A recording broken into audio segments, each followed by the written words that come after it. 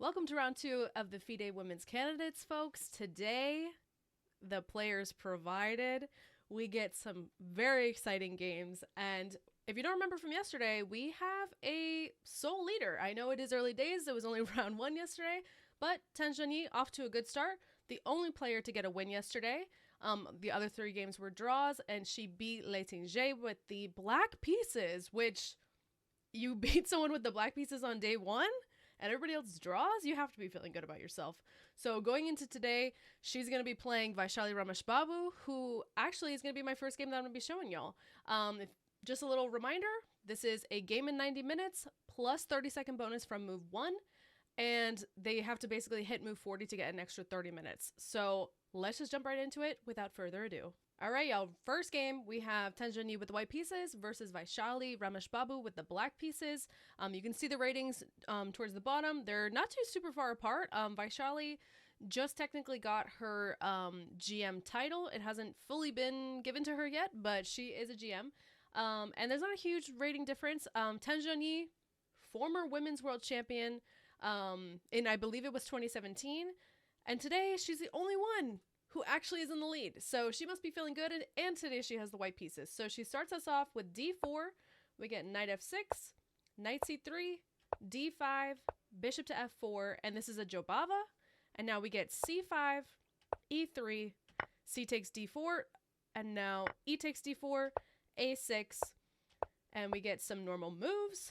The players are just developing. We get a trade of bishops after queen takes d3, e6, just solidifying the pawn structure. And now castles, bishop d6. We get a trade of dark square bishops. Now both bishops are off the board. Rook fe1, castles, a3, queen c7, knight to a2. A knight to a2 I think is actually a really nice move. This is basically a Carlsbad pawn structure that is occurring at the moment. And the knight to a2 is really nice because it's basically saying, I'm going to move my queen away from the d3 square, and I'm going to move this knight and reroute it here, and then maybe I'll come in over here, maybe I'll come in over here, but I'm going to be sitting on this really pretty square, and if you ever try and come in on the c file, I'm going to have sufficient defense.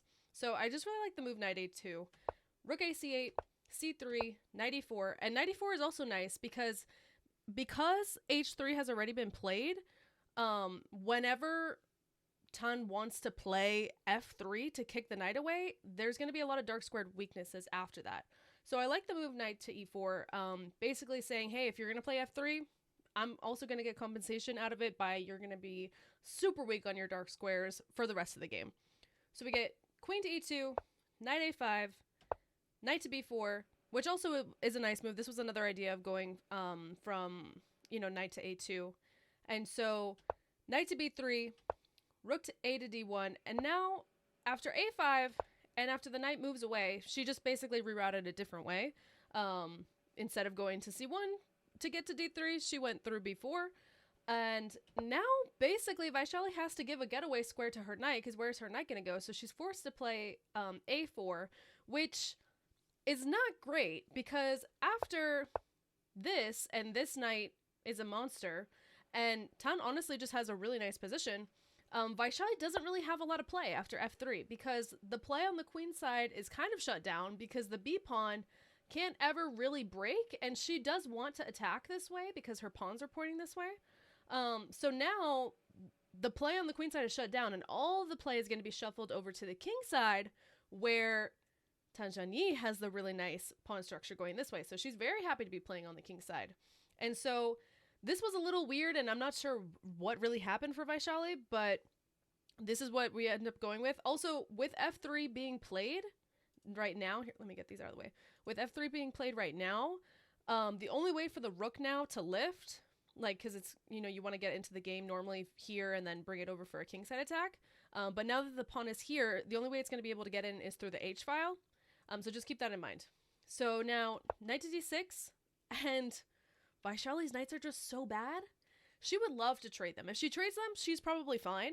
But both of her knights are just so bad. And so we get knight to f4, and knight to f4 is just so nice. Her knights are just beautiful. Tana's just having the best of days, and she has a time advantage of about 15 minutes. So we get knight a to c4. Knight e to d3, no trade. We're not trading. Vaishali would love to trade, and Tan is like, no, we're not trading. I don't want to trade. Rook f to e8. After queen to f2, we get a bit of a shuffling of the rooks, and now we get g4. Here it comes. Here comes the kingside attack. Knight to b5, queen to h4. And after queen to d6, this is a nice move. She's basically trying to say, I guess, you know, our rooks are here. I'm going to try and push through with e5, but I can't do that yet because my pawn would be hanging. So she moves her queen. And after knight to h5, though, queen to g5 is a huge threat. So, and Vaishali has 9 minutes. And this is move 29. She has to make 10 moves, or 11 moves, to be able to hit time control. And she only has 9 minutes. Whereas Tan Zhongyi has 51 minutes. Talk about a time advantage. I don't think it gets crazier than this. So we get f6, which is pretty much the only move. And she spent 4 minutes. And now after g5, Vaishali plays f5, which is a blunder. Because now, after rook g2, king to h8, and now knight d to f4, calmly bringing another piece in. f5 was incorrect back here. She was not allowed to play this. The only way to even stay really in the game is to play f takes g5, which after queen takes is still really scary, but it's even worse when you play f5, because now, after this, now there's really nothing you can do, and Tan Zhongyi shows her beautiful play in attacking of knight to f6, and after the pawn takes, knight to g6, and Vaishali resigned, because if she plays on with king to g8, you get to take the rook, and then after the king moves, you get to take, and it's defended. Everything is coming in. The queen is coming in. It's just a completely winning position for Tan Zhongyi, and Vaishali finishes with like 3 minutes left on the clock. And Tan Zhongyi has like 45 minutes. The problem is these knights. They're not in the game. They're on the queen side. They need to be on the king side, helping the king with defense. Tan Zhongyi, a brilliant game from her. She is now 2 out of 2, the sole person on 2 out of 2, and a brilliant showing from her. Just Carlsbad structure. She knows what's up. Don't play it against her, obviously, because she knows a lot about it, and she's been playing it beautifully from both the black side and the white side. So beautiful game from her. Let's move on to our next one. Our next game is between Grandmaster Katarina Lagno with the white pieces versus Humpy Konoru with the black pieces, and she's also a Grandmaster. And let's jump into the game. We have e4, e5. We get a Roy Lopez, and this is all very normal stuff. And after this kind of move order, this is very normal. I'm just going to kind of skip through this. If you guys have ever seen a Roy Lopez before, this is pretty common. And it's all very normal until knight to a3. This move is, if not a very rare move, it's probably a novelty by Lagno. A really nice move. Normally you see knight to c3, but she plays knight a3, and Humpy takes after thinking for a while. She thought here for like 17 minutes. And bishop takes a3 does give up the bishop pair for Humpy, but she gets activity via the d5 break that's now coming. And so after e takes d5, knight to d4. Another idea after this capture, knight to g5 would be a huge, serious threat, as the pawn on f7 is weak, and queen to h5 would be coming in. And so this, I think she maybe didn't like this, and so she goes knight to d4 instead. And after this trade, we get a trade of rooks, a trade of a bunch of minor pieces, and then we get this pawn structure. And Humpy now basically is going to have to defend. If anybody has their foot on the gas, it's Lagno. And so we get this trade of pawns, and now queen to c6, a very nice move. g3, giving the king some breathing room. Queen to c3, I like this move. She's not letting the pawn advance. She's also defending her own pawns. And we get queen to g4 check. After the king moves, queen to f5, trying to win the f6 pawn. We get queen to c1 check, king to g2, and another check, offering a trade of queens. She says, no thank you, I'm not doing that. She scoots over, and then after this, she goes back, and now after king to h3, now she takes the pawn.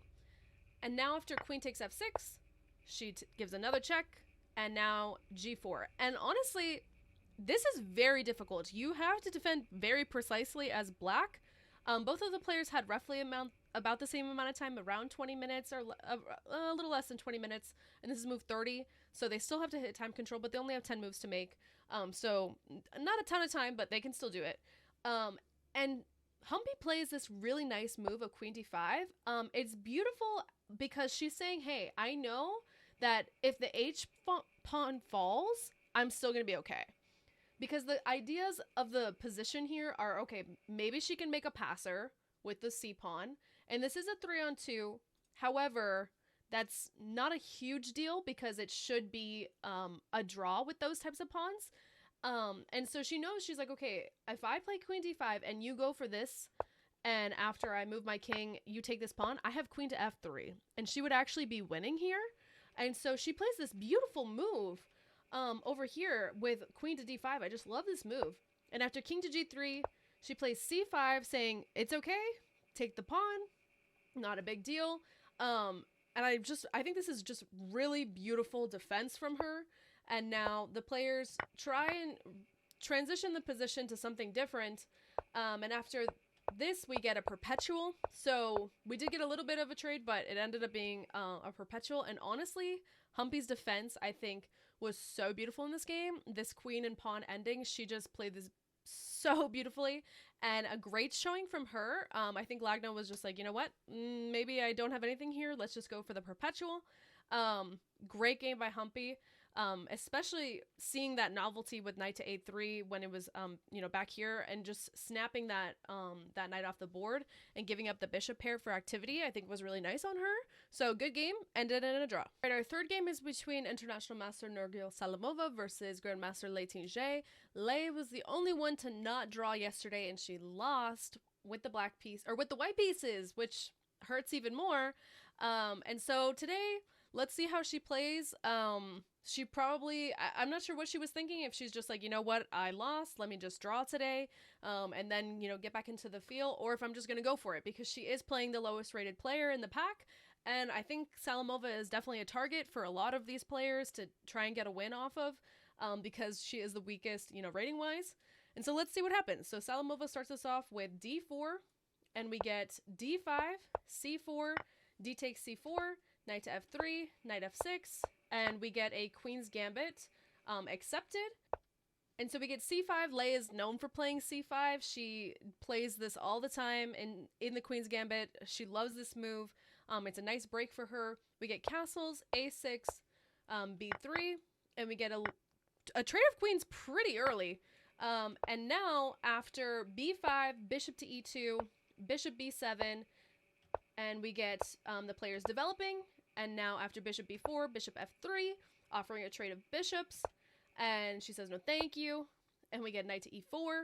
And the game proceeds pretty calmly until a4, b takes, rook takes, and a5. I like this move, a5. The commentator has pointed it out that it just anchors this bishop to b4, which I think is a really nice, just like little nuance there. And after bishop a3, knight 7 to b6. We get a trade of bishops though, and it doesn't really matter. And now the rook moves away. And this game kind of honestly fizzles out into a lot of trade of pieces. And then this is basically a draw. Once these pawns come off, the side of the board, and there's just these pawns, this 4v4 is going to be a draw. Even though these pawns are split, it doesn't really matter.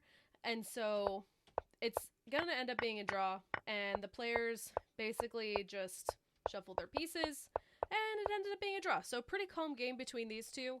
Nothing huge, not a ton of fireworks. And our last game of the day, I saved a really good one for y'all, okay? So we have Grandmaster Alexandra Goryachkina with the white pieces versus Grandmaster Anna Muzychuk with the black pieces. And I'm gonna give no preface to this game, y'all. Let's just jump right in, okay? d4, d5, c4, c6. And Anna is playing the Slav defense, which is kind of wild because Goryachkina knows a ton about the Slav defense. So it's kind of wild that Anna is playing this against her, playing her own opening against her. It's kind of wild. So c takes, bishop to f4, and we get all very normal moves, developing. And now after here, Goryachkina is just literally rapid firing off these moves. This is an important spot of Anna taking the knight on e5. Maybe she expected her to take back with the bishop, but after pawn takes, knight to d7, and e4. And literally Goryachkina was just literally rapid firing off these moves. Like, she had spent not even a minute at this point. So she must have seen this position before, which I have really no doubt about because she's a huge player of the Slav. So I'm sure she sees this all the time. And so we get this pawn sack of after e4, d takes e4, bishop to b5, pinning the knight, a6, we take the knight, queen takes, we get a trade of queens, and white is up 20 minutes. And even though Anna has an extra pawn and the bishop pair, white is posing some serious problems after knight to a4. The bishop on f5 is doing nothing. She's going to have to fix that. And also knight to b6 is the first immediate threat. The rooks are going to come in. And where is the black king going? How are you going to get developed? Let's see how Anna responds. Rook b8. Finally, Goryachkina takes some time here, and she starts to think, and she actually spends 25 minutes on her next move, and she plays rook to d1, which is actually not an amazing move. I think the best move would have been rook to c1 so that you could eventually bring your other rook to d1 and get them both in the game, but it's fine. It's still objectively equal. And now we get king to e8. Also, another idea was just the immediate of playing knight to b6 as well. That would have been great too. But okay, king to e8, bishop to e3, and now after bishop g4, attacking the rook slides over to c1 where maybe it should have been anyway. Bishop b4 check, and we get the bishop defends and the bishop slides back, but instead now going to e7, and now h3. This bishop has been trying to find a role in the game and it has not. It's still struggling. So castles, bishop to e2, okay, finally getting somewhere, but mind you, time is a piece. Anna has 5.5 minutes. Here she took about 5 minutes. She had 10 minutes and she plays this. And then Goryachkina has 30 minutes. It's only move 20. Anna has to make another 20 moves to be able to hit move 40. And let's see what happens. Rook f to e1, bishop to d3. Finally, the bishop has done something and it has gotten out of this horrible square that it was on. And it's now at least on d3 doing something different. Now bishop to e3, b5, and now knight to b6. Here comes in the knight.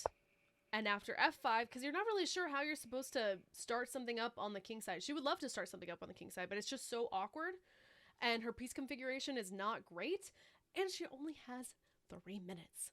So that's probably the most important part. And so rook to c6. Here comes in the rook. King to f7. Rook e to c1. And Anna makes a huge mistake. She plays rook b7. Because now we get knight to c8. And after rook to d7, another mistake. Rook c7. And there's a lot of pins going on.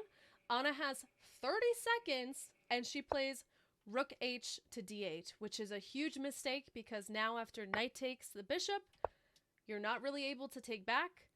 Because if you take back here, you're just going to get bishop to g5 and whoopsie. So it's not great.